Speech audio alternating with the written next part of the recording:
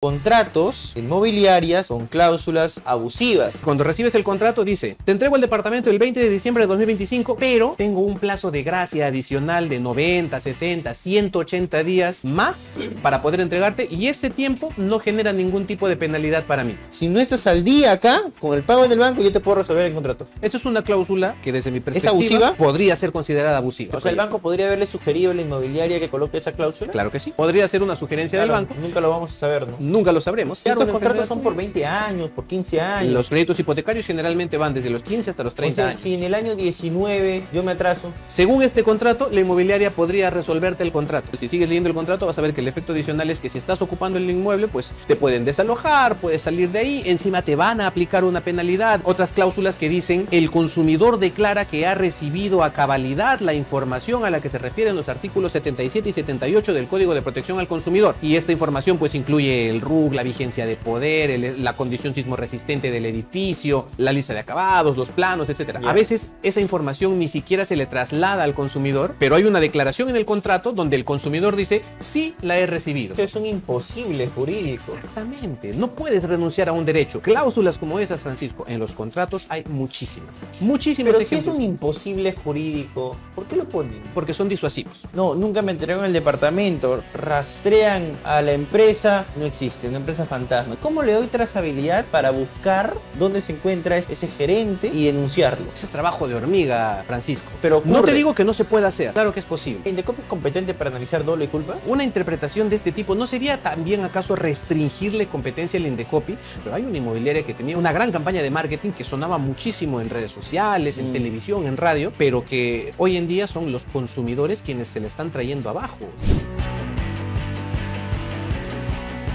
Hoy tenemos un invitado especial, el doctor Yair Peralta, abogado especialista en protección al consumidor en el sector inmobiliario, experto en negociaciones inmobiliarias, con quien vamos a conversar sobre diversos temas, departamentos, principalmente sobre departamentos y sobre todo a analizar contratos inmobiliarias con cláusulas abusivas. Estos contratos están debidamente anonimizados y hemos identificado diversas cláusulas abusivas para que usted tenga muchísimo cuidado al momento de comprar un departamento y sepa cómo identificarlas, cómo advertirlas a tiempo. Yair, ¿cómo estás? Bienvenido a la tribuna de entrevistas de LP. ¿Cómo estás, Francisco? Un gusto conversar contigo, un gusto también estar con los amigos de LP, Pasión por el Derecho. Bien, Yair, comencemos por lo primero, con la expectativa, con las campañas de marketing que una inmobiliaria eventualmente puede impulsar para que se genere expectativa en el público y haya un primer interés. ¿Qué ocurre? Se pone el contacto del consumidor con la inmobiliaria y a lo mejor la inmobiliaria empieza a enviarle información, que es una palabra importante, que luego ya vamos a pasar a explicar por qué, a través de WhatsApp. Claro que sí. A través de WhatsApp. Ese canal de comunicación ya genera un vínculo. ¿Qué tipo de vínculo genera entre el consumidor y la inmobiliaria? Claro que sí, Francisco. Mira, a ver, tenemos que tener en cuenta que para el derecho de protección al consumidor, la relación de consumo inicia no solamente cuando yo firmo un contrato o cuando yo efectivamente hago un pago y adquiero un producto, sino que la relación de consumo empieza desde que yo como consumidor estoy expuesto a la información que el proveedor coloca para que sea dirigida hacia mí. Entonces, como tú bien dices, la inmobiliaria empieza una campaña de marketing y yo salgo a la calle y yo puedo ver paneles publicitarios en la calle. Es más, veo banners en los edificios que dicen últimos departamentos, 3 dormitorios, 2 dormitorios, por ejemplo, ¿no? O salgo, me voy por la carretera al sur y veo, dice, ¿no? Terrenos en Chilca, ¿no? A tantos metros cuadrados, tanto precio por metro cuadrado. Ahí hay relación de consumo. Me estoy exponiendo, entonces estoy comenzando, me estoy introduciendo a la relación de consumo. Ya. ¿Qué pasa después? Yo estoy interesado y lo que hago es comunicarme con la inmobiliaria. Pero ¿en virtud de qué? En virtud de una información que primero se me ha sido trasladada. ¿Ok?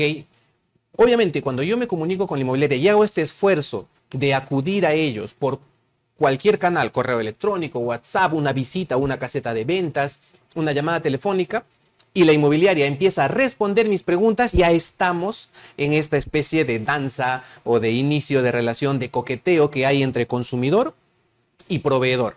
¿Qué ocurre en este caso?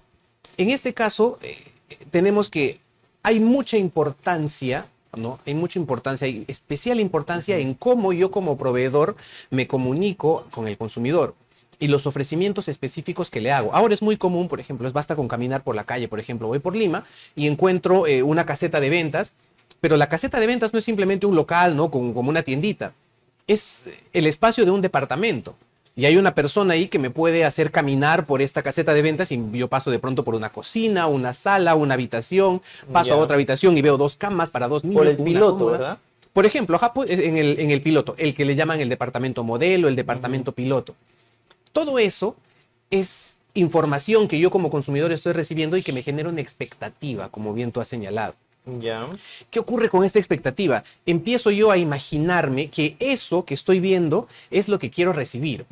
¿Ya? Y evidentemente el proveedor en este caso, ¿no? Yo como inmobiliaria puedo utilizar ciertos elementos que me permitan a mí darle una idea al consumidor de lo que va a recibir, pero también indicarle qué es lo que no va a recibir. Por ejemplo, si yo tengo marcas, ¿no? de la grifería o del mobiliario, yo puedo decirle, por si acaso, ¿no? En un brochure, en una hoja informativa, decirle, oye, la información que te estoy mostrando es meramente referencial. Las marcas que estás viendo en el piloto que estás visitando son referenciales y no necesariamente tienen que ser las que yo voy a utilizar. Ya, pero si yo no llegué a través de un brochure, no llegué a través de un panel publicitario, llegué porque a lo mejor transitaba por esa vía, me llamó la atención, ingresé a preguntar, me muestran el piloto, el vendedor debe darme esas indicaciones de manera expresa. El vendedor tiene que hacerlo, Francisco. Ok, si yo veo a lo mejor no un baño de lujo, ya, pero puede que ese piloto sea referencial, las marcas y todo ello, ¿no? O sea, ¿me lo tiene que decir de manera verbal o también de manera escrita el vendedor? Con tal que se comunique, está bien para mí como consumidor. ¿Y cómo acredito yo luego si me lo ha dicho de manera verbal? Nos estamos poniendo en el escenario de un conflicto. Y ese es el otro tema. Es que para el funcionamiento del mercado, Francisco, no todo debería constar por escrito. ¿Ya? Pese a que yo soy partidario y a mí me gusta trabajar con papeles sobre la mesa o trabajar con correos electrónicos y con constancias escritas. Pero sí, evidentemente, sería mucho mejor acostumbrarnos a la cultura del cumplimiento de lo verbal. Lamentablemente, las cifras que hay de denuncias contra inmobiliarias en el mercado nos hacen entender que no es posible basarnos simplemente en lo verbal. Porque, y no digo que esté mal, ¿no? Pero el modelo de negocio de la inmobiliaria pasa por las manos de un vendedor o de un equipo de ventas, que como vendedor pues necesita enamorar a los consumidores, necesita hacer ofrecimientos, es como el cortejo, ¿no? Primero te regalo flores, primero me muestro con mi mejor traje, ¿no? Me perfumo y conforme va pasando el tiempo de repente puedo ir relajando algunas cosas. No digo que sea mi caso, pero ocurre. Entonces, pasa lo mismo, ¿no? Y cuando tú ves las relaciones que se generan con inmobiliarias, es exactamente lo mismo. Los vendedores son muy enamoradores, hacen muchos ofrecimientos y conforme vas avanzando, te vas adentrando a un proceso de compra inmobiliaria, se pone más sólida la comunicación, empieza a ser más cortante, más tajante, empiezan a haber más demoras en los tiempos de respuesta, empiezan a haber más exigencias y el consumidor llega al momento en el que dice, oye, un ratito, que estoy, al comienzo esto no era así, ¿no? Entonces, la información debería ser clara desde el principio. Hay veces en las que la inmobiliaria espera hasta llegar a un determinado momento. Te digo cuál es el momento, el desembolso, ¿no? Lo que se llama el derecho de separación. Okay. ¿Ya? Porque es la costumbre del mercado pedirle al consumidor, mira, ¿te gusta el departamento? Sí, bloquéalo. Claro. Exactamente. Okay. Basta hacerte un bloqueo. Dame una separación. 500 soles, 1000 soles, 2000, 3000, depende de cada proyecto, depende de cada inmobiliario. Y este es el tema. Aquí comienza el detalle. Porque personalmente, desde la práctica he identificado que hay una mala práctica, perdóname la redundancia, de las inmobiliarias con el tema de la separación. Porque lo que se está acostumbrando a hacer es lo siguiente.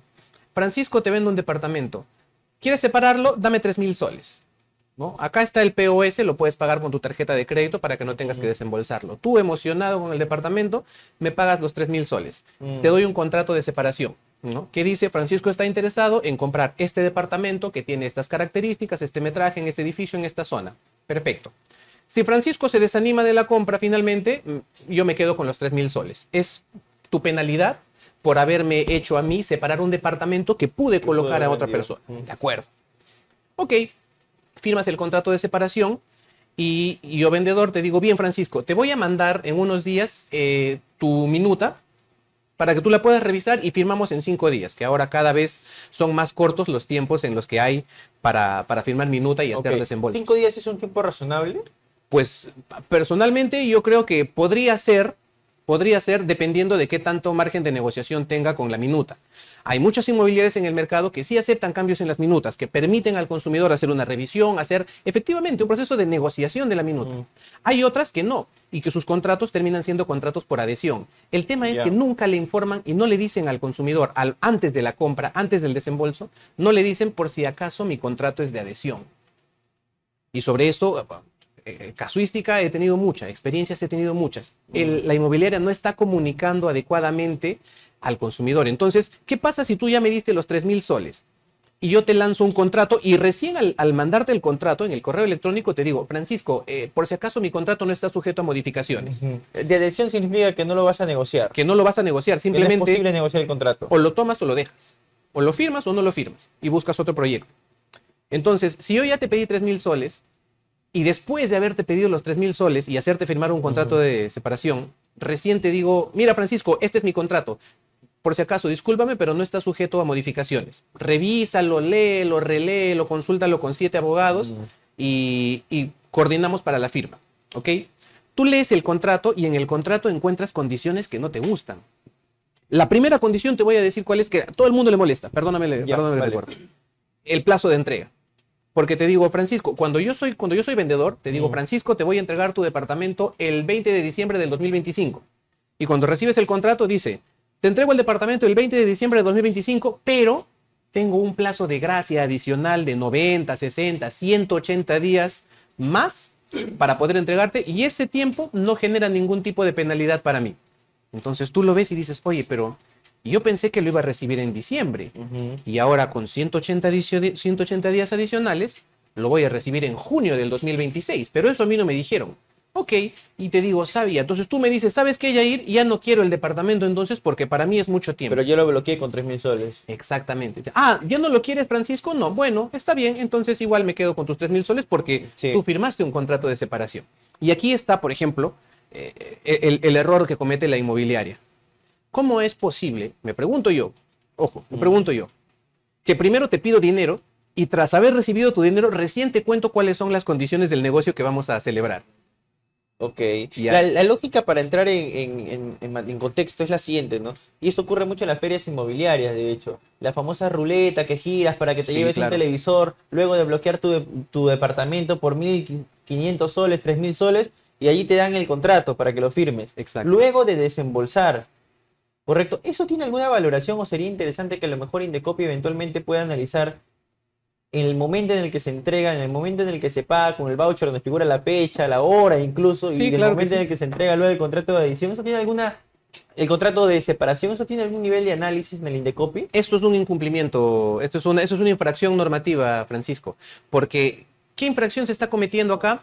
Estás infringiendo el deber de información. Porque el contrato de separación es el que informa. No, porque la información completa se la estás dando al consumidor, pero por partecitas. Y le estás condicionando la información a un pago, ¿no?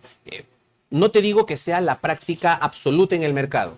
Hay inmobiliarias que para mí tienen una muy buena gestión de comunicación y de información con sus clientes, pero hay un gran grupo de inmobiliarias que no lo tienen. Podría decir yo, desde mi experiencia, quizás la mayoría no la tiene.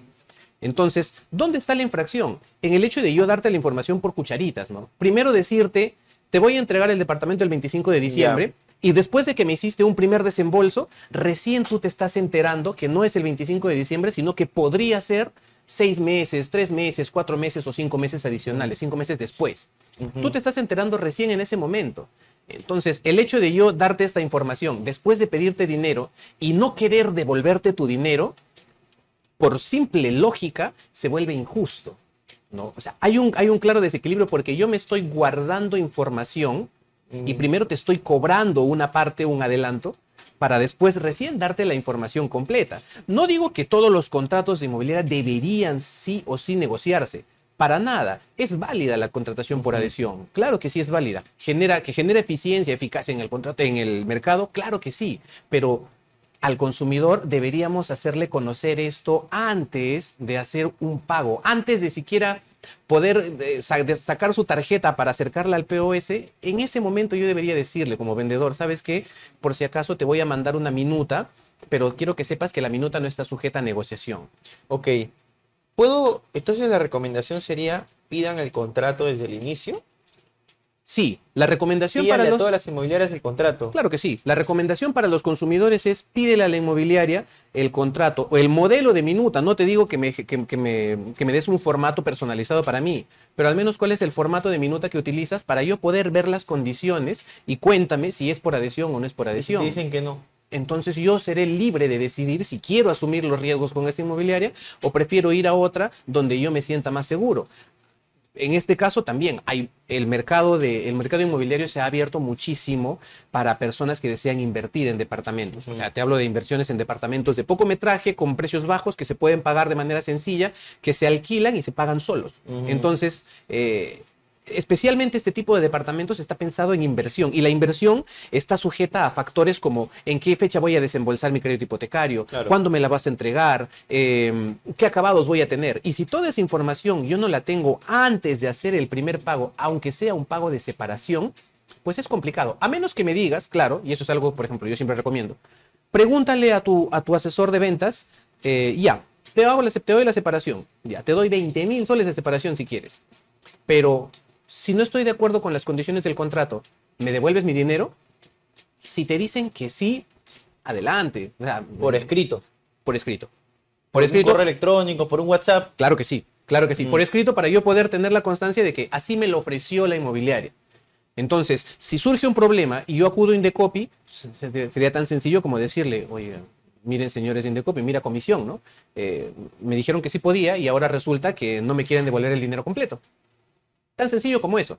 Pero si antes de hacer la separación, que ocurre mucho, le dicen, a ver, pásame tu modelo de contrato. No, primero tienes que hacer la separación y después te paso el modelo de contrato. Personalmente, Francisco, he hecho pruebas solamente para ver cómo está el mercado y yo he hecho pruebas con Terrenos del Sur, por ejemplo. Le digo, oye, quiero ver la información para saber cómo está el terreno. Sí, aquí está, y me mandan una partida registral. Bien. ¿Y cómo estamos con el contrato? ¿Puedo ver tu modelo de contrato para saber qué cosa voy a firmar? Y me dicen, sí, pero para eso tienes que hacer la separación primero de 1,000 soles.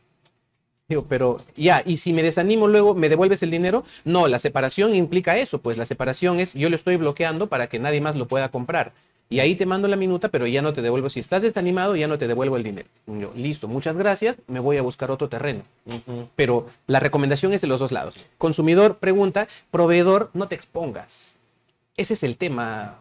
Para mí, el sector inmobiliario, ¿no? El empresariado inmobiliario ha descuidado desde el ángulo legal o la óptica legal y la importancia del derecho de protección al consumidor. Porque sí, o sea, yo puedo pensar, cuando pienso en una negociación inmobiliaria o en un contrato inmobiliario, definitivamente estoy en un ámbito de repente mayoritariamente civil, registral, municipal, todo lo que quieras. Pero como estoy tratando con consumidores y yo soy un proveedor del mercado, este es el lado que nadie quiere ver del derecho inmobiliario. Segunda recomendación, ¿es posible grabar al vendedor? Siempre que yo le informe. Mientras me haga el recorrido sobre el piloto, a lo mejor me dice algo que luego no se traduce en la minuta o en el contrato, me genera una expectativa indebida. Yo podría llevar, siempre que lo autorice, por supuesto, como bien lo indicas, esa grabación al Indecopi, sí, introducirlo como un elemento. Sí, claro que sí, claro que sí. En el procedimiento de protección al consumidor, tú vas a ver muchos casos, no solamente en temas inmobiliarios, en temas de consumo en general, donde yo puedo presentar grabaciones. No sé si has visto, ¿no? Que es bastante viral a veces los videos en los que empieza un trato discriminatorio, un maltrato, una práctica abusiva en algún local, en algún comercio de comida, ¿no? Y el consumidor saca su celular y empieza a grabar, ¿no?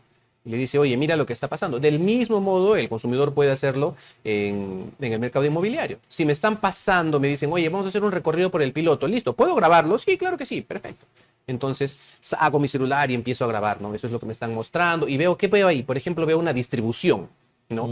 Veo habitación 1, pasadizo, habitación 2, pasadizo, sala, comedores. Y puedo preguntar, porque la información viene en dos partes, ¿no? Por un lado está la que la inmobiliaria me ofrece, porque así está planteado en su sistema de ventas, en su estrategia.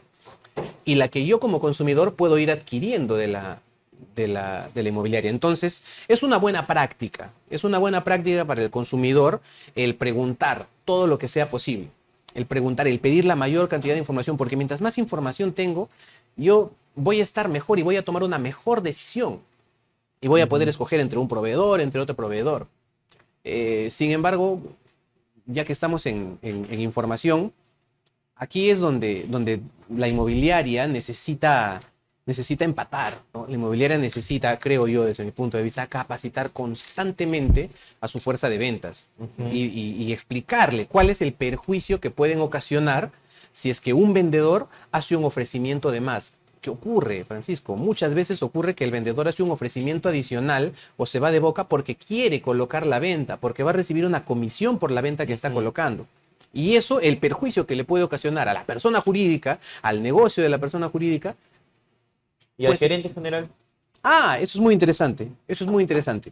Hace poco, hace no mucho, puede ser una resolución de marzo de este año, de fines de marzo por ahí.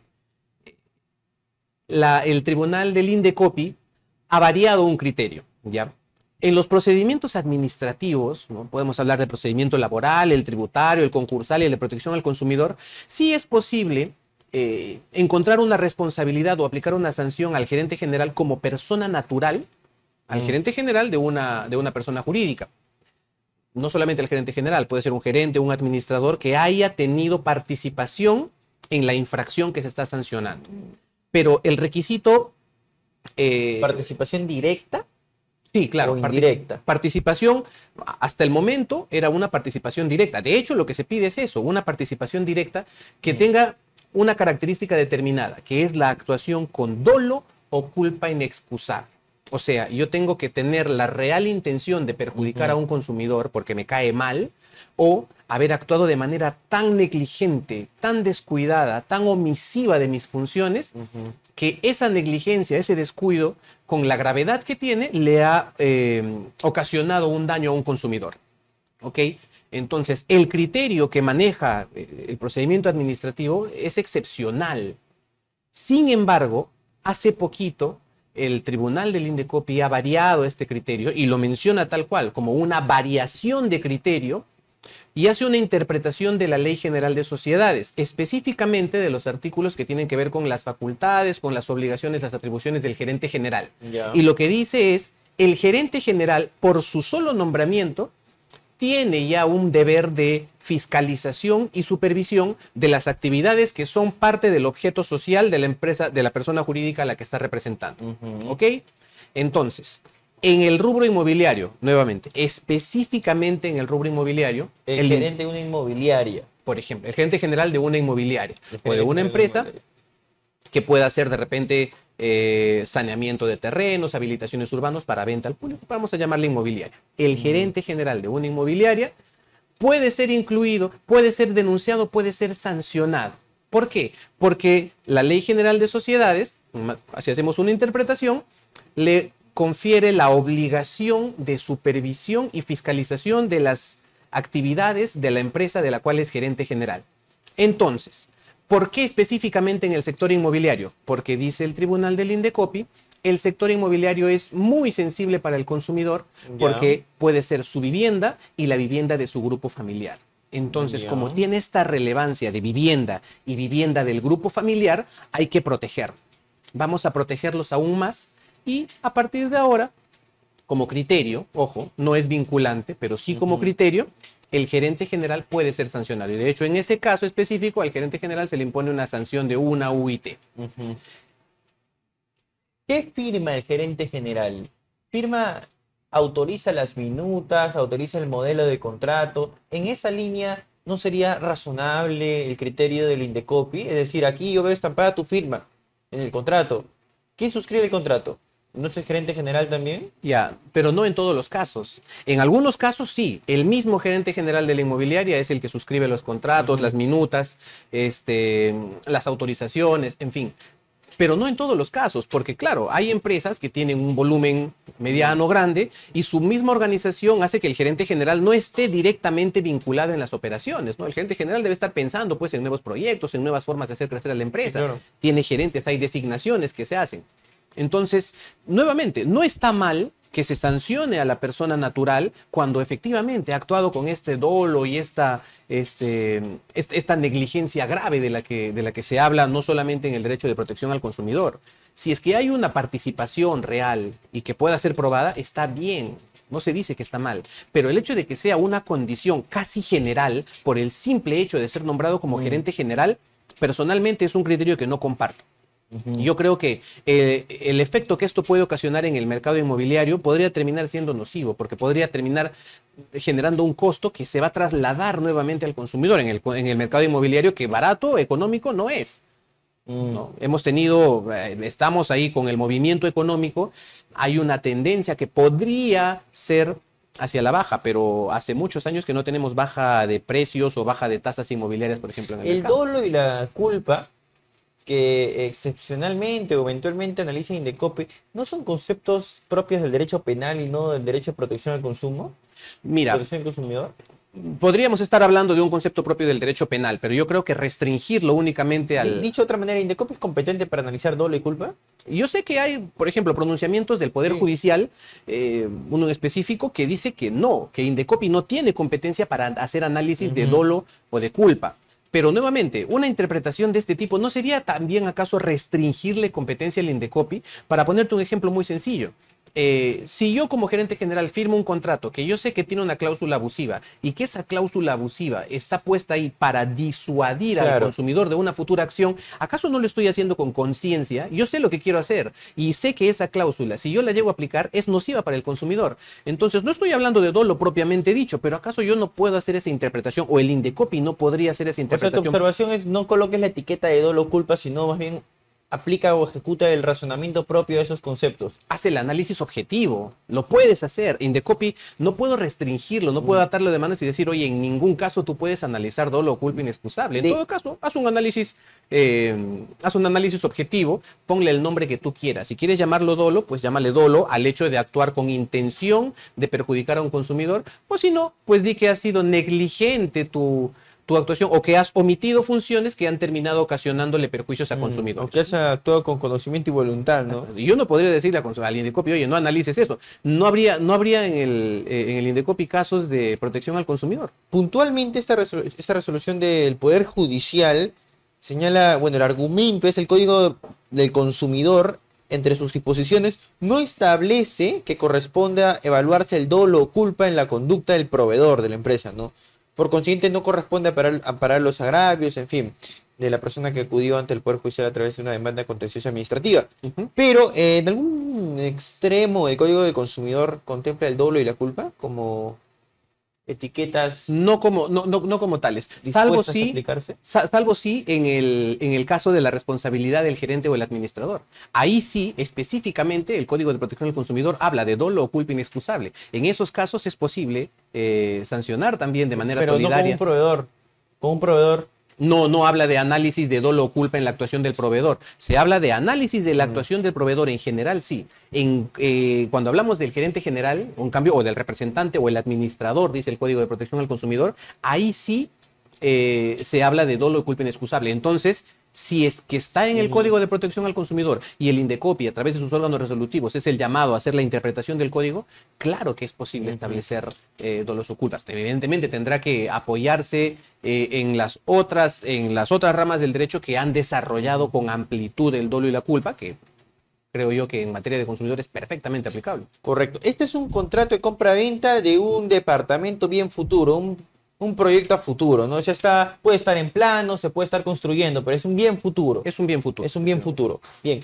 En la cláusula 10.28, vamos a examinarla, voy a leerla. A la letra dice lo siguiente: en caso su pago haya sido con crédito hipotecario, no tener deuda ni atraso en el pago de las cuotas con la entidad financiera, con el banco, etcétera, ¿no? Otorgante del préstamo hipotecario, ni adeudar importe alguno por conceptos de gastos administrativos y registrales y notariales, ¿no? En este supuesto, lo que se señala es que se podría resolver el contrato, se podría resolver el contrato con la persona que ha comprado este bien futuro, en caso de que no tengas tu pago del crédito hipotecario con el banco. Con el banco. Con el banco. Exacto. Es decir, lo que la inmobiliaria está haciendo es atar o condicionar a que esta persona, este cliente, le pague al banco, y si te demoras aquí, si no estás al día acá, con el pago del banco, yo te puedo resolver el contrato. Exactamente. Eso es lo que está haciendo esa cláusula. Esa es una cláusula que desde mi perspectiva ¿Es abusiva? Podría ser considerada abusiva. Para que sea abusiva se tiene que declarar como tal. ¿Okay? Tiene que haber un análisis. Bueno, ahora es más, Indecopi es un poco más profundo con las cláusulas abusivas porque el simple hecho de consignarla en el contrato no la hace pasible de sanción. Para que pueda sancionarse se tiene que aplicar al consumidor. Se tiene que ver el consumidor efectivamente amenazado con la aplicación de esta cláusula. Pero en el ejemplo que estamos poniendo, que es un contrato real de inmobiliaria, y así como ese hay muchos, para mí lo que hay aquí es una especie de jugada en pared, ¿no? Entre la inmobiliaria y el banco.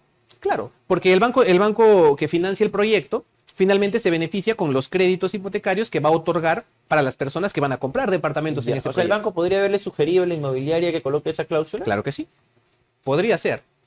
Podría ser una sugerencia del banco. Nunca lo vamos a saber, ¿no? Nunca lo sabremos, pero es muy cómodo para la inmobiliaria decirle, mira, si tú te atrasas con una cuota de tu crédito hipotecario y yo te resuelvo el contrato. Me pregunto yo entonces, pensando en un escenario de aplicación de esta cláusula, ¿qué ocurre si ya entregué el departamento, yo inmobiliaria? Ya te entregué tu departamento, tú ya estás viviendo, tuviste un problema económico, una enfermedad de un familiar. Estos contratos son por 20 años, por 15 años. Los créditos hipotecarios generalmente van desde los 15 hasta los 30 años. Si en el año 19 yo me atraso. Según este contrato, la inmobiliaria podría resolverte el contrato. Y el efecto adicional, si sigues leyendo el contrato, vas a ver que el efecto adicional es que si estás ocupando el inmueble, pues te pueden desalojar, puedes salir de ahí, encima te van a aplicar una penalidad, la inmobiliaria va a poner en venta el inmueble, porque dice, ¿no? Si es que ocurre esto, yo tengo derecho de ofrecer en el mercado este inmueble en venta. Entonces, date cuenta del efecto que se está ocasionando con la inclusión de una cláusula dentro de este contrato. Nuevamente, esta, por ejemplo, a mí me parece un perfecto ejemplo de cláusula disuasiva. ¿No? Porque lo que yo busco como inmobiliaria al incluir esta cláusula no es en realidad ejecutarla, ¿no? Porque no es mi negocio el estafar a personas o el permitirles ocupar de inmuebles para esperar que incumplan con una cuota de su crédito hipotecario y luego quitarle su departamento y volvérselo a vender a otra persona, quedándome yo con el 20 o 30% de lo que tú me pagaste. No es mi negocio, es muy engorroso. Mi negocio es vender departamentos, terminar, independizarlos y seguir construyendo otros. Sin embargo, ¿por qué pongo la cláusula? Para evitar que el cliente que está al frente incumpla con el pago de su crédito hipotecario. Entonces estoy beneficiando al banco, le estoy haciendo un cariñito de repente al banco y el banco puede decir, bueno, como me estás apoyando, sigamos trabajando juntos, te puedo seguir financiando proyectos. Puede ser una condición, como decimos, o puede ser una solicitud del banco. ¿Puedo reclamar esto ante Indecopi? Si es que me la pretenden aplicar. Una vez que ya la firmé. Ya. Si es que me la pretenden aplicar, tranquilamente sí. Desde mi perspectiva, sí. Mira, pero ojo. Tienen que pretender o tienen que amenazarme con aplicarla. Ya, pero hay dos caminos, ¿no? Me voy a Indecopi a través de qué figura, una denuncia administrativa. Sí. Contra la inmobiliaria, ¿bajo qué argumentos? ¿Deber de información? No, esto sería específicamente aplicación de cláusula abusiva. Ya. Le denuncio. ¿Cuál es la infracción? La infracción es haber incluido dentro del contrato una cláusula abusiva. Y pretender aplicarla. Definitivamente la inmobiliaria va a responder diciéndote, pero esa es ley entre las partes, además libertad contractual, en fin. Pero vamos a pasar a analizar esos extremos, pero para no irnos por las tangentes, te pregunto, ¿el camino tampoco no podría ser vía civil? ¿Nulidad de acto jurídico? Sí, sí puedo. Puedo cuestionar la cláusula en vía civil. De hecho, hay muchos espacios en los que yo puedo actuar solicitándole tutela a Indecopi o acudir a la tutela jurisdiccional, ¿no? A través de la vía civil. Sin embargo, pensando en economía, ¿qué es mejor? ¿Cuál de los dos órganos es más rápido? El Indecopi. Bueno. ¿Cuál de los dos órganos es más económico en función de tasas? El Indecopi.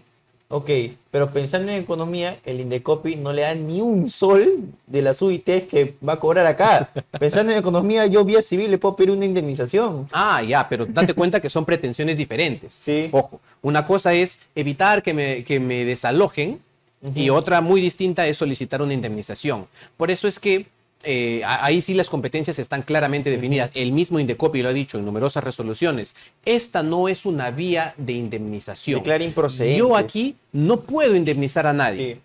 Lo que no significa que no se puedan obtener también cuestiones similares a indemnizaciones, ¿no? O indemnizaciones encubiertas a través de una denuncia de protección al consumidor. Hace no mucho también hubo, por ejemplo, esto no es nuevo, pero dentro de lo que se viralizó, por ejemplo, yo sigo mucho las resoluciones en LinkedIn, y dentro de lo que se viralizó, pues resonó mucho una resolución de Indecopi donde a una pareja de esposos, el Indecopi le ordenaba a la inmobiliaria que le paguen a la pareja de esposos $14,400 por concepto de alquileres que ellos habían tenido que asumir porque la inmobiliaria demoró una entrega de departamento. Y adicionalmente a los $14,400 que tenía que pagar, tenía ahora que darle $1,200 mensuales hasta que les entreguen efectivamente el departamento. ¿Qué pasó? ¿Esto no parece una indemnización acaso? ¿No te suena a indemnización? Yo sé que si nos ponemos puristas y vamos a analizar... Si yo fuese la inmobiliaria, yo llevo un contencioso administrativo porque lo estás indemnizando. No, estás reparando. El Indecopi, si bien es cierto, no tiene capacidad para entregar indemnizaciones, pero lo que puede hacer es dos cosas: sancionar y imponer medidas correctivas. Bueno, ¿Esto es una medida correctiva? Esto es una medida correctiva. ¿Por qué? ¿De dónde vienen estos $14,400? Del perjuicio que ocasiona la inmobiliaria. ¿Cuál es el caso? La inmobiliaria demora la entrega del departamento, volviendo al ejemplo, Francisco, te entrego tu departamento en diciembre del año 2025, el 20. Y tú me dices, está bien, Yair, perfecto, gracias. Llega diciembre y me preguntas, ¿no? Oye, Yair, ¿ya me vas a entregar el departamento para saber yo? Porque yo tengo que dejar el departamento donde estoy viviendo, ¿no? Yo estoy alquilando. Y como me dijiste en diciembre, ya yo estoy planificando mi mudanza. Entonces, ¿ya me lo vas a entregar? Y yo te digo, ¿sabes qué, Francisco? Me voy a demorar un poquito. Me voy a demorar 6 meses más de repente. Tú, no, pues, Yair, me estás afectando. Porque yo pago $1,200 mensuales de alquiler. Y esa plata, además ya estoy pagando mi crédito hipotecario. Porque tú me pediste el crédito hipotecario, entonces me estás afectando económicamente. Sí, pero no puedo hacer nada, pues, Francisco, estoy construyendo, no te puedo entregar un departamento que está en casco, sin acabados. Y te mantengo esperando. Fue tanta la demora que la deuda, el monto de alquileres que pagaron fue efectivamente de $14,400. Acudo a Indecopi y le digo, mira, Indecopi, hay que sancionar, porque se me ofreció un departamento el 25 de diciembre del 2025 y no se me entregó el departamento en esa fecha. Y ya se configuró la infracción. Listo. Múltalo, por favor. Pero aparte me tiene que reparar porque el incumplimiento de la inmobiliaria ha ocasionado en mí un perjuicio. Y ese perjuicio es que yo estoy asumiendo un pago de alquiler que no debí asumir porque yo para esa fecha ya debí tener mi departamento. Te pruebo lo que tengo que probarte. Aquí están todos mis comprobantes, están los recibos, tengo un buen arrendador, mi arrendador paga sus impuestos, me emite los recibos de manera puntual. Y este es el perjuicio generado. Entonces, aparte de pedir que lo sanciones, te pido que corrijas, que repares. ¿Esas reparaciones son usuales a nivel inmobiliario por parte del Indecopi? Claro que sí. O sea, todo está en cómo se hace el planteamiento. Un buen planteamiento ante Indecopi te va a permitir una sola palabra nomás. O sea, yo puedo decirle a Indecopi, corrígeme si me equivoco, tú eres el especialista, quiero que me repares con $14,000, ¿cuánto? $14,400. $14,400. Si yo coloco, quiero que me indemnice con $14,400, improcedente, vaya a ser vía civil. Si coloco, quiero que me repares con $14,400, ahí sí. Es que el concepto de indemnización, Francisco, por eso te decía, es mayor. Si lo discutimos a nivel legal, a nivel doctrinario, vamos a encontrar que el concepto de indemnización es mucho más amplio. Lucro cesante, daño emergente, daño moral. Entonces, yo no podría pedir, por ejemplo, daño moral.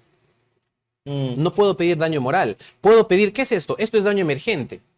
No es lucro cesante. Sí. De repente el lucro cesante como tal no lo voy a poder pedir. Daño moral no puedo pedir. Sin embargo, si el Indecopi determina infracción, por ejemplo, en el caso de la pareja que recibe $14,400, si ya han tenido afectación por lucro cesante y por daño moral, si ya tengo el pronunciamiento y el análisis que he hecho Indecopi, pues puedo ir a la vía jurisdiccional a pedir mi indemnización ahora sí. Pido lo que tengo que pedir en una vía y lo que resta, lo que no puedo obtenerlo acá, pues tranquilamente acudo al Poder Judicial y lo solicito por esa vía. Pero sí se han delimitado las facultades. Y sobre ese caso de $14,400, ¿qué opciones hay de negociar? Esto es algo muy común. Inmobiliaria. Esto es algo muy común. Las inmobiliarias como práctica sí suelen hacer ofrecimientos a los consumidores, ¿no? Cuando se ven... ¿Con denuncia o sin denuncia? ¿Cuando hay denuncia o cuando no hay denuncia? Depende de los ánimos de cada quien. Hay inmobiliarias que sí, antes de que ocurra la denuncia, con el solo retraso, tocan la puerta del consumidor y le dicen, mira, ¿qué te parece? Me voy a demorar, ¿ya? Lo primero que te comunico es esto, me voy a demorar, pero te quiero compensar. ¿qué te parece si te doy, no sé, 40, 50, $60 por cada día de demora? Soles, ¿eso no tiene que estar en el contrato? Puede ser una adenda, ¿no? Puede ser que venga desde el contrato de origen, ¿no? y el consumidor lo sabe, pero puede ser también que venga a través de adenda. Hay muchas inmobiliarias, de hecho, que no consignan penalidades en sus contratos, lo cual no está mal, Indecopi ya lo dijo. No consigno la penalidad, pero si veo que voy a demorarme, ¿cómo puedo hacer para evitar las denuncias? Pues tengo contento al consumidor, ¿no? Y firmo un documento donde le comunico y él reconoce que voy a retrasar la entrega del departamento, pero le voy a compensar. Y sobre penalidades en contra del consumidor, montos exorbitantes por demoras del consumidor. Un día me demoro en pagar, te sumo 500, 400 soles por día. ¿En qué tipo de cláusulas o de qué manera están redactadas esas cláusulas sobre las cuales tendríamos que tener cuidado? Ya. Primero, no es ilegal.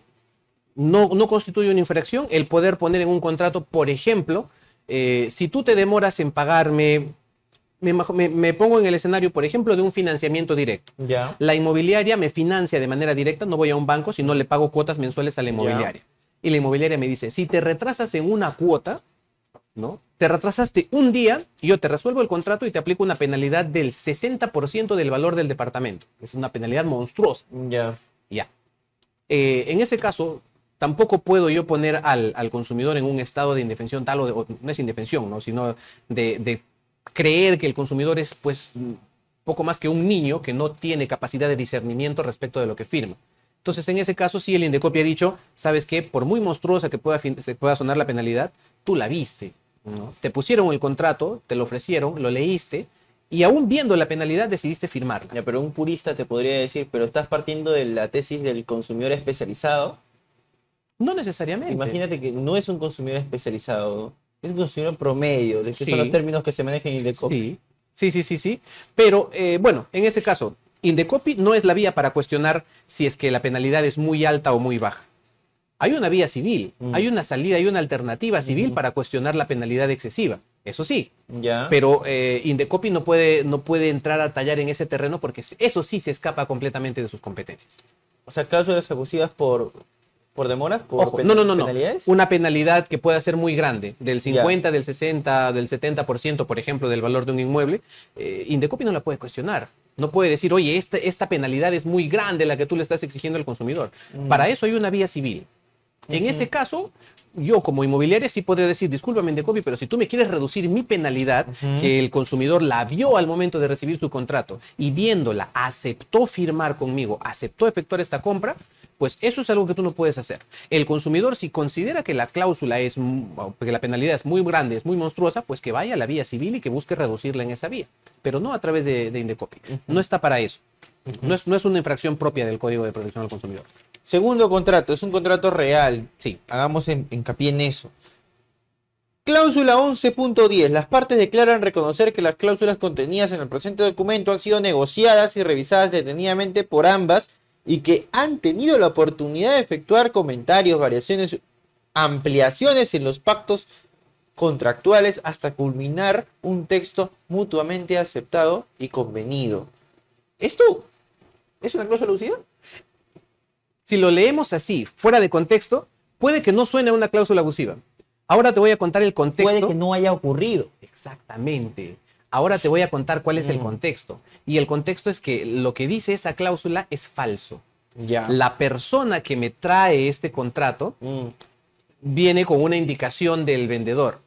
Y es que cuando se intentó hacer un cambio o pedir una modificación en el contrato, el vendedor respondió diciendo, discúlpame, pero por políticas de la empresa no se hacen modificaciones al contrato de compra-venta. Entonces, la pregunta es, si no haces modificaciones, ¿por qué incluyes una cláusula que dice que el contrato ha sido conversado, negociado y que se han hecho modificaciones, que mantenga una situación de igualdad de ambas partes? Lo que estás haciendo ahí, estás obligando al consumidor a firmar una mentira. Es un buen punto. ¿Tu cliente tenía medios probatorios? Claro que sí. ¿Tenía fotografías, WhatsApps? Tenía la conversación de WhatsApp donde el vendedor, porque este contrato, después de que llega, pasa por una revisión, se hacen observaciones y se envía por correo a la inmobiliaria. Inmediatamente el vendedor responde por WhatsApp a la compradora y le dice, he visto tu correo, pero déjame comentarte que por políticas de la empresa no se hacen modificaciones al contrato. ¿Y si no hubiera tenido ningún mensaje? Si no hubiera tenido ningún mensaje de WhatsApp, ningún correo, si todo lo hicieron por llamadas y por llamada le dijo eso. No tendría yo forma de probar que es mentira o que es falso lo que dice ese contrato. O sea, yo me veo perjudicado. Entonces ahí me pregunto, ¿cuál es el ánimo? ¿Cuál es el ánimo de la inmobiliaria? ¿No? Y esto es, por ejemplo, es una manera, a mi modo de ver, una mala manera de dar cumplimiento a las normas que establece el Código de Protección y Defensa del Consumidor para mi inmobiliaria, a las obligaciones que como inmobiliaria tengo, ¿no? Y así hay muchas, ¿no? Hay, por ejemplo, otras cláusulas que dicen: el consumidor declara que ha recibido a cabalidad la información a la que se refieren los artículos 77 y 78 del Código de Protección al Consumidor. Y esta información pues incluye el RUC, la vigencia de poder, la condición sismo resistente del edificio, la lista de acabados, los planos, etc. A veces esa información ni siquiera se le traslada al consumidor, pero hay una declaración en el contrato donde el consumidor dice: sí, la he recibido. Entonces, ¿qué es lo que ocurre, no? La inmobiliaria está tratando de cumplir, ¿no? Porque ve como un checklist la normativa de protección al consumidor, y no se le está dando el tratamiento adecuado porque, bueno, Francisco, valgan verdades, el código, como todo código, establece lineamientos generales, a veces específicos, pero casi siempre generales, que tienen que pasar por una interpretación. De eso se trata el derecho. ¿Y quién hace la interpretación? Es el Indecopi. Entonces, las inmobiliarias deberían estar ya pensando en hacer análisis más profundos de las decisiones que toma Indecopi en materia inmobiliaria para evitar cometer este tipo de errores. Porque, perdóname, pero una inmobiliaria que salga al mercado con un contrato de este tipo o con condiciones de este tipo, con errores tan básicos, es una inmobiliaria que se está disparando a los pies porque está asumiendo riesgos que finalmente se van a terminar convirtiendo en pérdidas económicas para ellos. No solo económicas, también reputacionales, que muchas veces son peores que las económicas. Otra cláusula desventajosa, la acabo de leer, el 12.2. En caso de resolución del presente contrato en razón al numeral 12.1 precedente, el comprador, o sea, el cliente, ¿no?, perderá a favor del vendedor, sin derecho a devolución alguna, renunciando a todo tipo de reclamo y devolución, el 30% del precio de la venta total pactada, a título de penalidad por daños y perjuicios que desde ya el comprador reconoce que su incumplimiento le ocasione al vendedor, sin perjuicio de daño ulterior. Ok. Ya. Porque esto es una cláusula abusiva. Aquí me parece que está más nítido, ¿no? Hay dos partes. No está mal que me digan: si tú, comprador, incumples con tus obligaciones, la consecuencia es una penalidad del 30% de lo que cuesta el inmueble. Perfecto. ¿Dónde está el error? En la renuncia. Tú renuncias a cualquier reclamo o renuncias a cualquier cuestionamiento sobre esta cláusula. La renuncia a reclamar o la renuncia a cuestionar no es posible en materia de protección al consumidor, porque es una renuncia, es una restricción de un derecho. Exactamente. Es como decirle al trabajador, pues, que si te voto tú no tienes derecho a reclamarme, ¿no? Y fírmamelo en el contrato. De hecho, es un imposible jurídico. Exactamente. No puedes renunciar a un derecho. Cláusulas como esas, Francisco, en los contratos hay muchísimas. Muchísimos Pero ejemplos. si es un imposible jurídico, ¿por qué lo ponen? Porque son disuasivos. Son disuasivos. Eso lo sabe un estudiante de Derecho de primer ciclo. Sí, pero recuerda que no todos los consumidores estudian Derecho, ni siquiera el primer ciclo. Entonces, no, me refiero a los abogados. ¿Por qué lo ponen los abogados? Puede ser, mira... Para disuadir, como me dices. Sí, claro. Yo creo que esto puede ser un cumplimiento del área legal de una inmobiliaria, un cumplimiento de una solicitud de un gerente, una solicitud de un área comercial, una solicitud de un área de postventa. Oye, no quiero tener tantos reclamos de clientes. Los reclamos de clientes me generan a mí una pérdida de tiempo. Entonces, no sé, pues las horas hombre que estoy yo invirtiendo en contestar reclamos de clientes son muchas. ¿Por qué no le pones que no hay opción a reclamo cuando yo aplico la penalidad? Entonces, habrán consumidores que al leer esto digan: ah, no puedo reclamar, listo, ya está, lo dejo ahí. Correcto. Y habrán otros que sí quieran reclamar, ¿no? O habrán otros que se asesoren y sí finalmente puedan hacer el reclamo. Pero tú mismo lo has dicho, o sea, un estudiante de Derecho de primer ciclo lo podría advertir. Pues es muy básico, es muy básico. Con el nivel de capital que maneja el negocio inmobiliario, errores tan básicos como estos pues no deberían estar ocurriendo, ¿no crees? Vamos con otra cláusula, Claro, 17ª. 17.1. Para efectos de cualquier discrepancia o controversia que pudiera surgir entre las partes como consecuencia de la interpretación, ejecución o eventual incumplimiento, etcétera, serán resueltas mediante arbitraje de derecho de acuerdo con las normas legales aplicables y reglamento del Centro de Conciliación y Arbitraje Nacional e Internacional de la Cámara de Comercio de Lima. Ya. Este es un punto controvertido. Totalmente. Alguna vez lo hablamos, es una posición tuya sobre la que entiendo Indecopio aún no se ha pronunciado, no hay ningún pronunciamiento sobre el tema, o sí, o ya lo hay. Yo no he encontrado ningún pronunciamiento sobre el tema. Planteemos el contexto. Tú sostienes de que esta cláusula que envía el caso frente a cualquier controversia a un arbitraje es una cláusula abusiva. Claro que sí. ¿De saque? Para mí sí, de saque, de saque. Ya, ¿por qué? ¿Por qué es una cláusula abusiva? Voy a explicar. A ver, voy a tratar de explicarlo sin enredarme mucho. Cada vez que he discutido esto con abogados... ¿Qué es un arbitraje? A ver, empezar, ¿no? Para que las personas me entiendan. Vamos en sencillo. Es una especie de juez privado. Ya. Método de solución de conflicto. Método autocompositivo. Vienes y me pegas. Listo. Ya. Está prohibido, no se puede. Ok, vamos a los métodos heterocompositivos. ¿Cómo solucionas un conflicto que tienes conmigo? Pues vamos a los mecanismos alternativos, vamos a una conciliación, tratemos de que haya una persona que nos oriente, que nos ayude a llegar a una solución. No haya. El arbitraje, ¿no? Contratamos a una persona o a más personas, a 3 personas de repente, ¿no? Que sean jueces, que son árbitros en realidad, y que van a analizar, un arbitraje de derecho estamos hablando, van a analizar jurídicamente nuestros argumentos y llegarán a una determinación y dirán, yo creo que Francisco tiene la razón. Y esa resolución, ¿no? Ese laudo que se emite, tiene la validez de una sentencia judicial. Ya. Y la otra vía, pues será la del Poder Judicial, ¿no? Diferencia entre arbitraje y juicio, vamos a llamarle en sencillo. Uno es subvencionado por el Estado porque a los jueces les paga el Estado, y a los árbitros tenemos que pagarle nosotros como parte. Mita. Exactamente. Con la salvedad de que luego puede haber costas y costos, y que sabemos que en los arbitrajes no siempre se condenan las costas y costos. A veces el árbitro quiere quedar bien con todos y dice que cada quien pague lo suyo, ¿no? Porque somos amiguitos. Ok, listo. Pero es más rápido que el Poder Judicial. Totalmente, eso nadie lo va a discutir, Francisco. Eso nadie lo va a discutir. ¿Es más rápido? Sí. De hecho, cuando tú cuestionas con una inmobiliaria, te digo porque lo he hecho, cuando tú cuestionas con una inmobiliaria y le dices, esta cláusula, por favor, modifícala, y no quiero que sea un arbitraje, yo quiero ir al Poder Judicial. ¿Te dicen esto? Y te dicen, no, porque el arbitraje es más rápido. Ya, ahí viene mi hipótesis. ¿Por qué es una cláusula abusiva? Porque genera una desventaja al consumidor. ¿Cuál es la desventaja? Que si sacamos cuentas, si hacemos números, podríamos estar hablando de que el arbitraje es 3000% más costoso, económicamente hablando, que ir al Poder Judicial. Más rápido y más ágil, sí, no te lo voy a negar, pero costoso económicamente lo es. Si yo quisiera ir a un arbitraje, pues yo tengo que tener un presupuesto por lo menos entre $5,000 a $10,000, ¿de acuerdo? Fuera de lo que me va a cobrar mi abogado para poder llevar adelante el arbitraje. En el Poder Judicial, ¿cuánto me cuesta solo en aranceles? Podríamos estar hablando pues de no más de 200 o 300 soles, y esto estoy exagerando. Entonces, partamos desde ahí para ver que ¿quiénes se están enfrentando? Un consumidor que en la mayoría de casos está obteniendo un crédito hipotecario, Francisco, me estoy endeudando con el banco a 20 años para poder comprarte a ti, proveedor, el producto que estás vendiendo. O sea, ya vengo yo con una carga económica encima arrastrando, que es mi deuda de crédito hipotecario, y encima me dices que tengo que ir a un procedimiento que es 3000 veces más costoso que el que me ofrece el Estado, de manera obligatoria, no facultativa, obligatoria.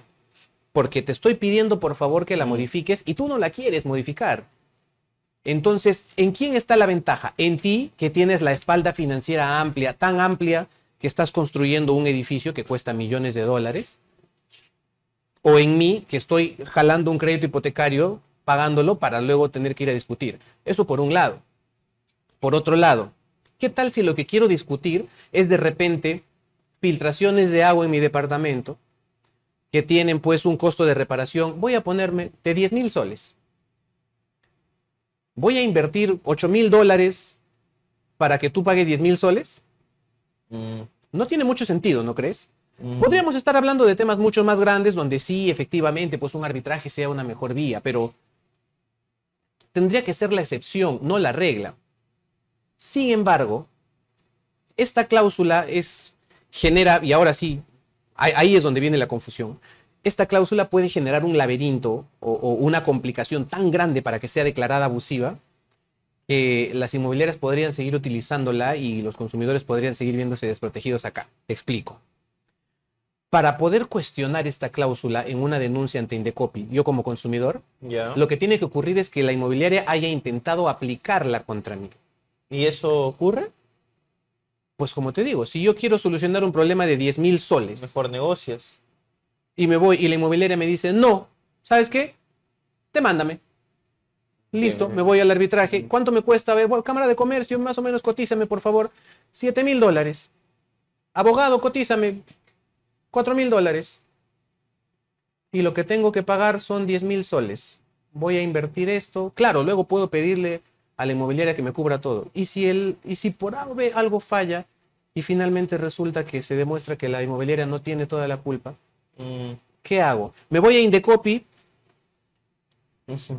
Indecopi no me va exactamente, a ¿no? dinero. Entonces, primero, ¿qué cosa tendría que pasar? Tendría que ir yo. Si quiero denunciar una cláusula como esta, yo consumidor tendría que ir al Poder Judicial y decirle, Poder Judicial, quiero demandar a la inmobiliaria por 10.000 soles, porque 10.000 soles es lo que me ha costado reparar mi departamento.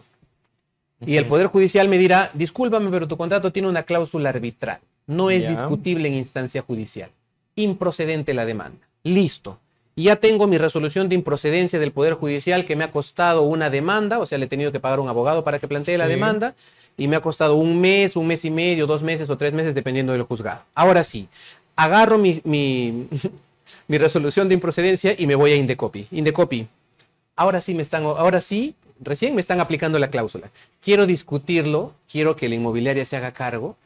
Y ya fui al Poder Judicial y el Poder Judicial ya me dijo que es improcedente porque hay una cláusula arbitral. O sea, recién ahorita me están aplicando esto. Correcto. ¿Puedes ya, por favor, resolver que esta cláusula es abusiva? Entonces Indecopi recién entrará a la discusión, pasará el tiempo, que es más o menos entre 9 meses, 1 año, lo que se demora un resolutivo de Indecopi para resolver en primera instancia que efectivamente estamos ante una cláusula abusiva. Y ahora sí, después que obtuve mi resolución de Indecopi que dice que la cláusula es abusiva, voy al Poder Judicial y le digo, juez, ahora sí, voy a demandar mis 10.000 soles. ¿Cuánto tiempo ha pasado, Francisco? ¿Cuánta energía he gastado? ¿Cuántos honorarios de abogado me ha costado lograr todo este círculo? Te das cuenta que la cláusula, el esfuerzo que me genera a mí como consumidor, el poder hacer uso de mi derecho a la tutela jurisdiccional, es tan grande que la cláusula por sí sola debería ser declarada abusiva. Tu posición es que para contratos de compra-venta de departamentos no se incluyen estas cláusulas, pero quizá para otro tipo de contratos de compra-venta, quizá no de un departamento, podría así evaluarse la pertinencia de una cláusula arbitral como esta. Pocos escenarios de consumo podrían pensarse que sean tan costosos como una compra-venta inmobiliaria. Entonces, si para un escenario tan costoso como la compraventa inmobiliaria la cláusula de por sí es abusiva, yo planteo que otro escenario, pues con costos muchos menores a los de un departamento, es más abusiva aún. Para mí, Francisco, no deberían existir las cláusulas arbitrales en la contratación de consumo. Ese es mi planteamiento, esa es mi hipótesis. Harto cuestionable. He tenido debate jurídico con colegas, con amigos, y me encanta debatir el tema. Me gusta muchísimo. Es más, ¿No te han imagino convencido? ¿Cómo? No te han convencido. Hasta el momento no me han convencido y yo estoy esperando que aparezca la persona valiente que se vea afectada por esta cláusula y me diga, Yair, yo le voy a invertir. Vamos a buscar para que académicamente Indecopi te pueda dar la razón. Luego de 8 o 7 años... Me sentiré realizado completamente, Francisco, y posiblemente cambie de rubro en ese momento. ¿Cómo negocia un consumidor, ¿no? O un cliente? Sí. El cliente de un inmobiliario eventualmente se ve entre la espada y la pared porque firmó el contrato, en fin. ¿Cómo negocia con la inmobiliaria? De acuerdo a la luz de tu experiencia, porque tú eres un negociador con amplia experiencia en el sector inmobiliario. Entonces, lo primero que a lo mejor se me ocurre es que la inmobiliaria te va a poner un abogado enfrente, ¿no? Tú no tienes tu abogado, pero vas valientemente a negociar. ¿Qué es lo que de qué armas tendría que estar premunida esta persona para poder negociar su contrato cuando ya fue firmado? Primero, me comentabas fuera de cámaras denunciar ante Indecopi porque ahí ya tienes la sartén por el mango. Sí, claro que sí. Yo creo que sería muy sencillo. La denuncia ante Indecopi te da una apertura porque ya tienes en camino algo, ¿no? Sobre todo si sabes que las infracciones son claras, ¿no? Bueno. Y la denuncia contra la inmobiliaria y contra su gerente. Con el criterio que se ha abierto ahora, pues para mí es mucho más sencillo. Tengo doble sartén por el tomar mango. de la mano a mi cliente y decirle, mira, vamos a hacer la denuncia en Indecopi. Cuesta 36 soles la tasa de la denuncia en Indecopi. Denuncio a la inmobiliaria, denuncio al gerente y espero que Indecopi califique mi denuncia. Entonces, ¿qué sale con la calificación? La imputación. Y dice, vamos a ver, vamos a iniciar un procedimiento porque parece, todo indica, que este proveedor ha cometido las siguientes infracciones. Y empieza 1, 2, 3, 4, 5, 6, 7 infracciones. ¿Los notifican? Los notifican, claro que sí. Entonces, ese, por ejemplo, es un escenario espectacular para un consumidor. Ok. ¿Qué es lo que, a la luz de tu experiencia, luego de eso, qué es lo que ocurre? ¿La inmobiliaria qué hace? ¿Llama al cliente? No siempre llama. A mí me gustaría que siempre llamen. Tú conoces, en mi práctica privada, a mí me gusta acompañar a los consumidores en sus procedimientos contra empresas. Entonces, a veces tú llamas. No, yo no llamo. Yo no llamo porque yo sé que si continúo adelante, al final Indecopi me va a dar la razón. Y cuando Indecopi me dé la razón, ellos van a recibir sanción y la medida correctiva que sea la que yo esté pidiendo va a llegar de todas maneras. Entonces, y ahí es donde viene la importancia nuevamente. Perdóname que sea tan incisivo, pero el abogado, el área legal de la inmobiliaria, tiene que conocer esos temas, Francisco. Porque con el conocimiento del tema se puede estimar y dice, bueno, veo las imputaciones que me han hecho. De las 7 me parece que 2 tienen razón. ¿Cuánto me van a costar estas 2? Ok, ¿qué me conviene? Negociar con el cliente, ¿no? Yo no quiero afectarme ni económicamente pagando una multa, ni reputacionalmente permitiendo que inscriban a mi inmobiliaria en el registro de sanciones. Porque el mercado inmobiliario ahora, hoy, más que nunca, que está en crecimiento, busca información, Francisco. Los canales, los portales, las comunidades inmobiliarias están creciendo. Dime a quién le compras, ¿verdad? ¿Cómo se llama? Claro. El registro que tiene Indecopi, que es Dime a quién le compras, funciona muy bien. Funciona muy bien, pero obviamente ya las inmobiliarias también están ahí tratando de dar sus pasos hacia adelante, y lo que hace ahora una inmobiliaria grande es generar una persona jurídica para cada proyecto inmobiliario. Entonces, ¿qué tienes con eso? Que la empresa con la que yo estoy contratando es una empresa nueva, este es su primer proyecto. Si yo voy a Mira a quién le compras, pues no la voy a encontrar. Y ahora, en el hipotético caso de que la inmobiliaria sí llame al cliente. Ok. ¿Lo llama para qué? ¿Cómo tendría que responder el cliente? Bueno, el cliente tiene una expectativa, ¿no? Porque el cliente acude a la inmobiliaria o acude a la asesoría legal porque tiene un objetivo, cualquiera que sea. Corrígeme los errores del departamento, devuélveme el dinero, págame la penalidad que me ofreciste. O no retiro la denuncia. Exactamente. O sea, yo continúo adelante con mi denuncia porque yo confío en que Indecopi va a detectar la infracción, la va a sancionar y la va a corregir.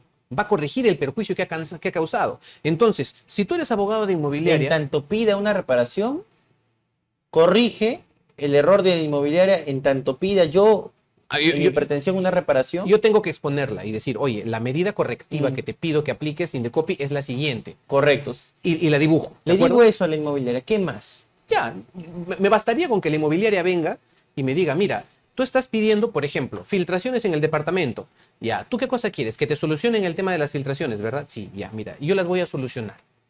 Las voy a solucionar y cuando las solucione, tú desístete de la denuncia. Ya, para que no me multen, para no aparecer en el registro de infractores, porque es posible el desistimiento. Perfecto, está bien.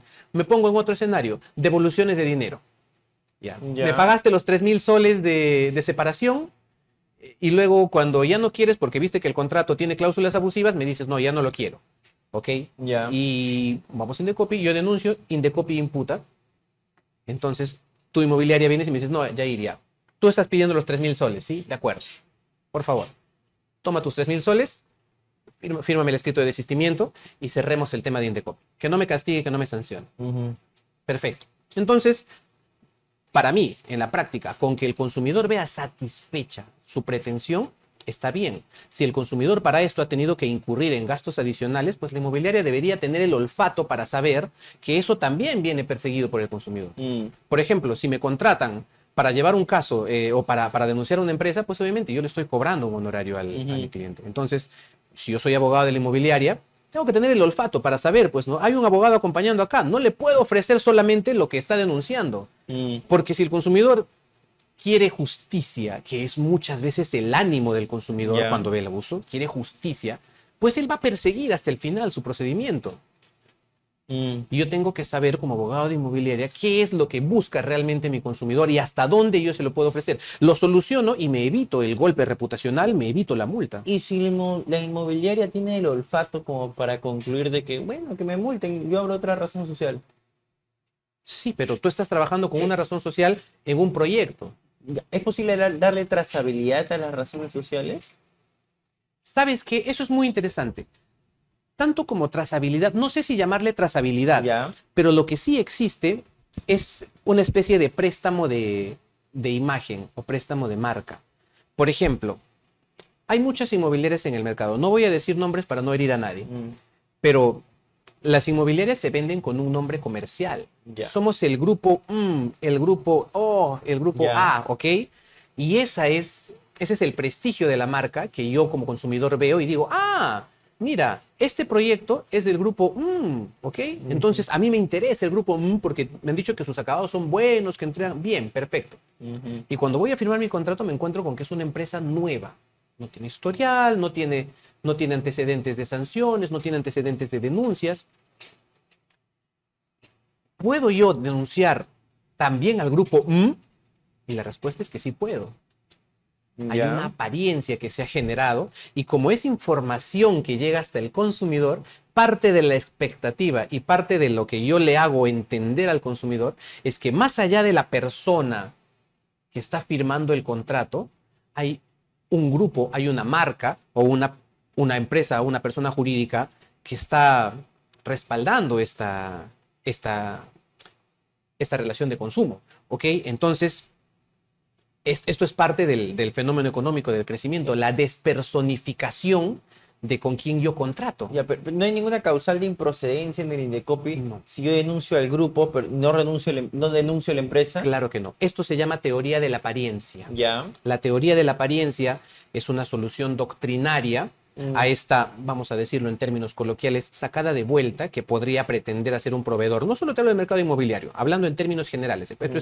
Esto es derecho de protección al consumidor. O sea, dicho de manera más didáctica, y corrígeme si me equivoco, ¿se puede abrir una nueva razón social en el mismo rubro inmobiliario? Totalmente. Pero lo típico es que esté siempre en un mismo grupo.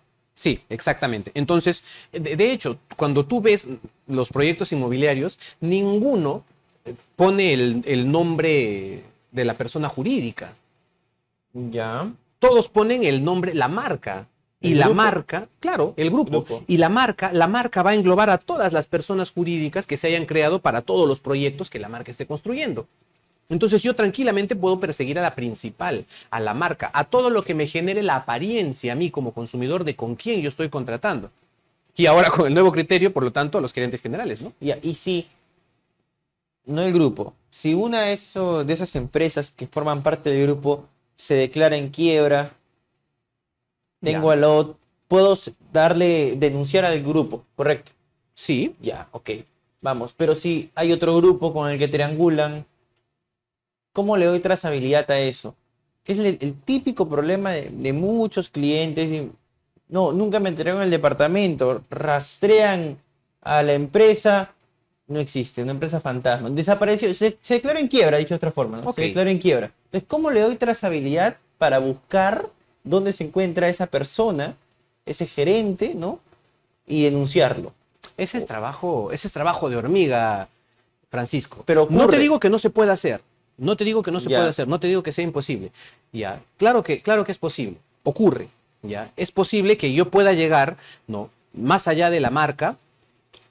Y dependiendo, aquí entramos a terrenos muy específicos, porque dependiendo de cómo se haya planteado esa relación de consumo, cómo se haya desarrollado esa relación de consumo, si en algún momento alguien asomó la cabeza y a mí como consumidor me hizo creer que podía ser partícipe en este negocio o que podía garantizar de alguna manera algo de este negocio, de esta contratación de consumo, pues puedo incluirlo también por ahí. Pero como te digo, estamos hablando de casos muy particulares que implicarían mucho trabajo. Te lo digo porque, mira, si eventualmente este cliente llega a identificar que esta persona que este grupo ya se declaró en quiebra, en fin, y hay otro, con él no mantuvo la relación de consumo. No, pero si es que le generó la apariencia en algún momento de que también estaba participando, claro que sí, claro que sí. Justamente de eso se trata. No solamente basta lo que el derecho te pueda marcar en determinada punto, en determinada rama, sino también de lo que ocurre en la realidad. Esta es una especie de símil de lo que podría ser muy cercano, y no sé, bueno, me van a funar con esto a nivel académico, pero es un símil de lo que sería el principio de la teoría, no, perdón, se me fue, el término que se usa en derecho laboral. Un símil de lo que se usa como principio de primacía de la realidad en derecho laboral. Perdón el lapsus. Pero claro, esto es muy cercano, ¿no? Porque, nuevamente, todo está en función de qué expectativa y qué información yo le he brindado al consumidor. Este aparecer de una empresa detrás de otra, como una sombra, como un respaldo, a mí me puede dar cierta confianza para yo finalmente tomar una decisión de consumo. Entonces, si esta información que apareció a mí me dio la confianza para tomar una decisión de consumo y fue determinante, claro que sí puedo acudir ante Indecopi. Claro que sí es posible plantearlo. Por eso hay que tener mucho cuidado con cómo se le presentan al consumidor las cosas. Consejos prácticos para concluir esta entrevista, Yair, primero para los consumidores, sí, potenciales clientes de una inmobiliaria, ¿qué cosas tendrían que considerar desde el momento en el que entablan una conversación, el primer contacto con el vendedor? Ok. En adelante, ¿no? Ok. Mira, consejos básicos es, ¿cómo decirlo en sencillo? Haz de cuenta que te vas a casar, Francisco. Porque la compra de un departamento implica una disposición de dinero muy grande, que si más aún va a venir de la mano de un crédito hipotecario, pues es un matrimonio, Francisco. Me voy a atar 20 años o 30 años a una entidad financiera y voy a tener que pagar el producto que voy a comprar. Entonces, tómalo con la seriedad de un matrimonio. Haz las preguntas que tú creas que tengas que realizar. Pide los tiempos que tú sientas que necesitas para tomar una decisión correcta. No te dejes apresurar. Lee con detalle lo que tienes al frente y, lo más importante, consulta con quien realmente conoce del tema. Ahora, por eso te decía que las comunidades inmobiliarias están creciendo. Ahora hay muchos portales, hay muchos grupos, hay mucha gente que se han convertido en reales inversionistas inmobiliarios, muchas veces gente muy joven, lo que me da mucho gusto.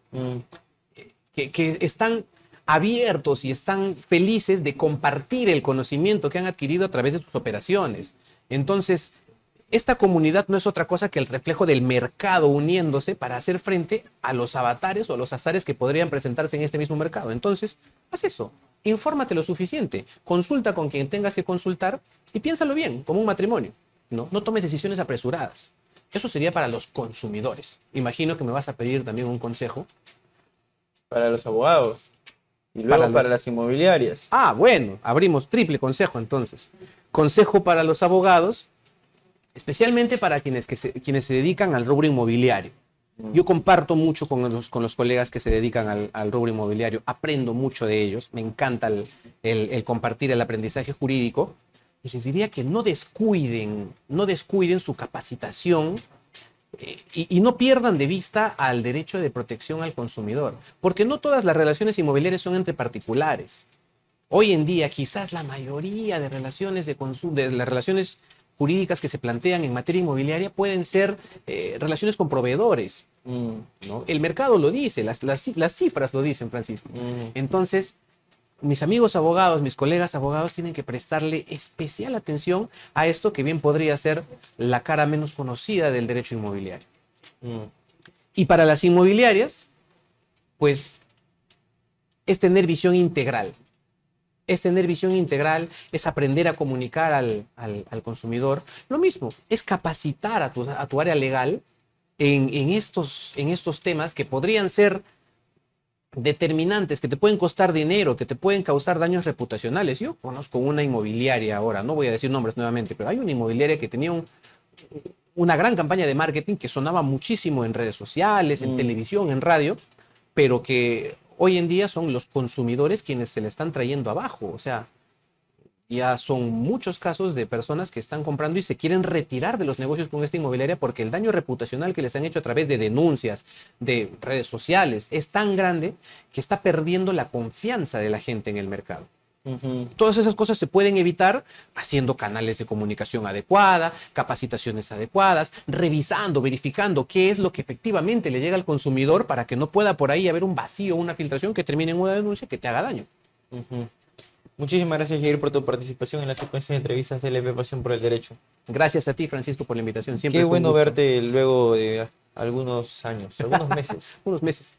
Siempre es bueno conversar contigo, gracias. Muchísimas gracias, Jair. Queridos amigos, no se olviden de dejar sus comentarios en esta transmisión, todas las preguntas, inquietudes, para volver a repetir una entrevista de esta naturaleza, una entrevista que aborda temas prácticos, cotidianos, desde un ángulo legal. Hemos abordado 3 aristas: la arista de los consumidores, potenciales clientes, la de los abogados y también la de las inmobiliarias, analizando contratos reales que Jair me ha proporcionado con cláusulas abusivas y una cláusula muy polémica relacionada al arbitraje. Jair nos ha expuesto su posición. Por favor, coméntenla también en la caja de comentarios. Yo me despido de todos ustedes, Francisco Chuquicayata, a través de la señal de LP Pasión por el Derecho, el portal jurídico más visitado de todo el Perú. Permiso.